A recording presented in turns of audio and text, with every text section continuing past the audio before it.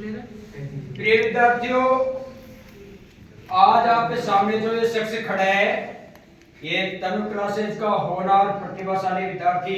इसने 2024 में यहाँ पे संस्थान में कोचिंग की है और आज भगवान की कृपा से इसका रेलवे टेक्नीशियन सेकंड ग्रेड में इसका सिलेक्शन हुआ है। तो इस भैया को और इसके परिवार को तनु क्लासेज की ओर से और समस्त स्टाफ की ओर से बहुत बहुत धन्यवाद और बहुत बहुत शुभकामनाएं और बहुत बहुत बधाई। सबसे पहले मैं नरुका सर से निवेदन करूंगा कि भैया का माला पहना करके स्वागत किया जाए, क्योंकि जो होनहार होता है वो स्वागत होने के लायक होता है और आज भैया ने साबित करके दिखा दिया कि हम भी स्वागत होने के योग्य है। तो नरुका सर सबसे पहले इसको माला पहना करके स्वागत करवाएंगे।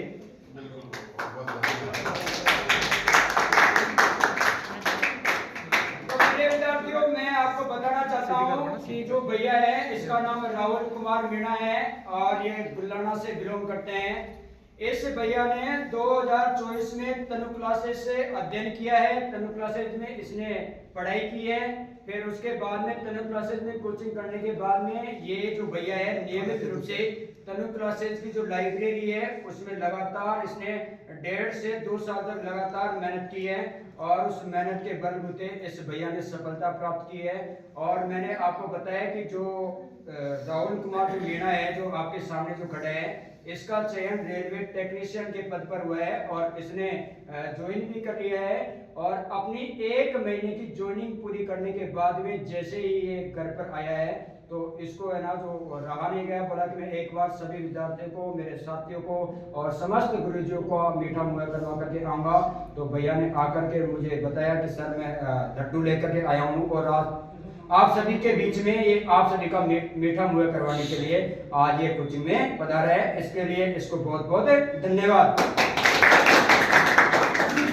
अब जो भैया है राहुल कुमार मीणा, इसके सफलता के सबसे पहले तो इस भैया को बहुत हार्दिक बधाई और इसके घर परिवार वालों को भी बहुत मेरी तरफ से बधाई और शुभकामनाएं।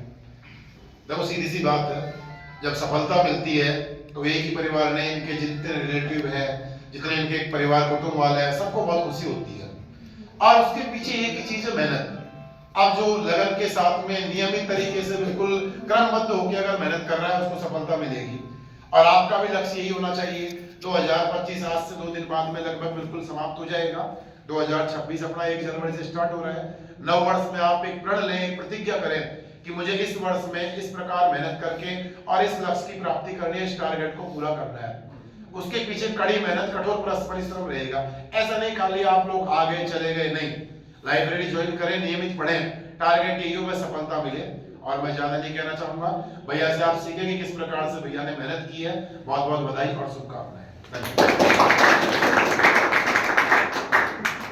पहले सर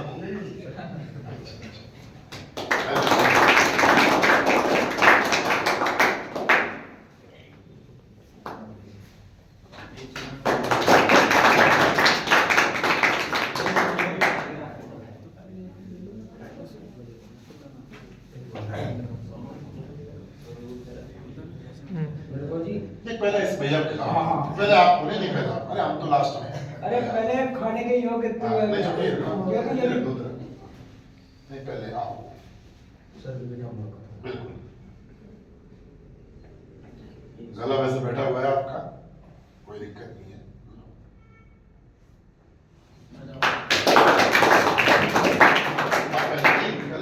बच्चों को हम बाद में लास्ट में एक बार भैया के मुंह से इसके जुबान से सुनेंगे कि इसने किस तरीके से सफलता प्राप्त की है और किस तरीके से मेहनत की है। एक बार राहुल कुमार मीणा बोलेगा।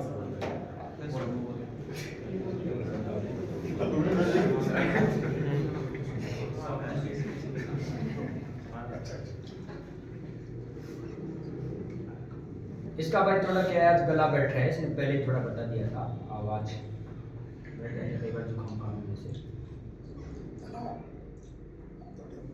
फुल ये बोलना ऐसा। हेलो मेरे भाई और बहनों, मेरा गला थोड़ा खराब है इसलिए आवाज़ नहीं आ पा रही, लेकिन मैं मेरे गुरुजनों को, छोटे भाई बहनों को प्रणाम करता हूँ और ऐसी देता हूँ कि आप लगन से मेहनत करो तो सफल अवश्य होगे। ये नहीं है कि एक साल में करते हो तब पहुँच जाओगे, लेकिन ये है एक एक टाइम एक एक मिनट का बहुत महत्व रहता है, तब जाके आप सफल होते हैं। नहीं कि एक महीने में 2 महीने में आप पहुँच जाओगे, ऐसा कुछ नहीं है। एक एक मिनट एक एक टाइम एक एक दिन का बहुत महत्व होता है। एक एक दिन आप खुद सीखोगे, ऐसा नहीं है कि आप एक दिन एक महीने पढ़ लोगे तो जाओ, कुछ नहीं होगा ऐसा। आप जब से पढ़ते हो ना तब से सीखते रहते हैं, कुछ नहीं आप तो वो जब काम आता है ना तो पूरे घंटे काम आते हैं एकदम में। ऐसा नहीं है कि आप एक महीने पढ़ाई करके कुछ प्राप्त कर सकते हो, यह संभव है। और मैं मेरे छोटे भाई बहनों को ऐसे करता हूँ, जैसे आप सोशल मीडिया थोड़ा कम सक्रिय रहे करो, कुछ नहीं इस टाइम खराब होता है।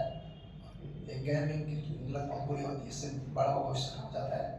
मैंने कभी कोई सोशल मीडिया का यूज नहीं किया, लेकिन अब बाद में कुछ भी करो, आप सेलेक्ट होने के बाद में कोई आप नौकरी वाला नहीं है, ना तो गुरुजन ना कोई घर परिवार वाला, लेकिन पहले सफलता सीखो उसके बाद भी करो।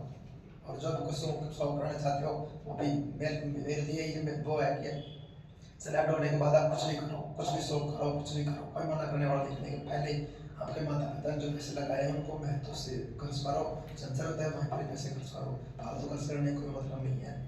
जो भी सिलेक्ट हुए हैं बड़े बड़े IPS IAS सब ऐसे सिलेक्ट हुए हैं, कोई फालतू खर्च नहीं किया। और जो पढ़ाई पर पढ़ाई पर महत्व देते हैं सब कुछ। तो आपसे मेरा निवेदन है, सब गरीब परिवार वालों से है, कोई नहीं है, कोई आपका पिताजी IAS IPS है या कोई लेक्चरर है, सब फार्मर किसान है, मेरे भी पापा किसान ही है। तो आप उनको जो मजदूरी करते हैं, मेहनत करते हैं, उनकी कदर करो और पैसों को जरूरत हो वहाँ पर खर्च करो। मेरा तो ये मैं सबको यही सीख देता हूँ कि पैसों को ज़्यादा वहाँ पर खर्च करो, क्योंकि पैसे बहुत मेहनत से कमाए जाते हैं। उड़ाने को तो आप एक दिन में उड़ा दोगे पूरी मेहनत से, लेकिन जब कमाते हैं पता चलता है कि कैसे कमाते हैं। और जब खुद कमाओगे ना तब पता चलता है पैसे कमाए जाते हैं।